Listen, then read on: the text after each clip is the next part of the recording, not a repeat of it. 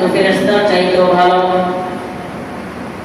আবার যদি ওই মানুষ আল্লাহ তাআলার সেই মানুষ যদি খারাপ হয়, আমি না আল্লাহ কোরআনই বলে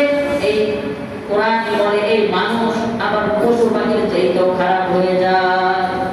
আল্লাহ তাআলা বলে ওয়ালাকাদ যারানা লিজাহান্নামা কাসীরাম মিনাল জিন্নি ওয়াল ইনস লাহুম কুলুবুন লা ইয়াফকাহুনা বিহা ওয়া লাহুম আ'য়ুনুন লা ইউবসিরুনা বিহা। আল্লাহ তাআলা বলেন লাহুম কুলুবুন লা ইয়াফকাহুনা বিহা ওয়া লাহুম আ'য়ুনুন লা ইউবসিরুনা বিহা ওয়া লাহুম আযানুন লা ইয়াসমাউনা বিহা। আমি তাদেরকে অন্তর দিয়েছি, এই অন্তর দিয়ে তারা ভাবে না কোনো সময়।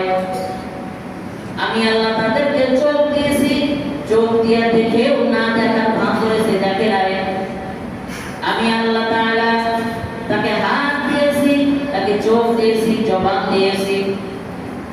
ঠিক এই কথা কেন আল্লাহ তাআলা বলেন ইন্নাস সামআ ওয়াল বাসারা ওয়াল ফুআদা কুল্লু উলাইকা কানা আনহু মাসউলা। আল্লাহ তাআলা কিয়ামতের দিন জিজ্ঞেস করবেন, ও মানুষ, আমি কি তোমাকে চক্ষু দেই নাই? আমি কি তোমাকে হাত দেই নাই? আমি কি তোমাকে পাও দেই নাই? আমি কি তোমাকে কোনটা ভালো কোনটা খারাপ এইটা চিন্তা করার আমি কি তোমাকে এই অন্তর তোমাকে বেরেনকে আমি দেই নাই?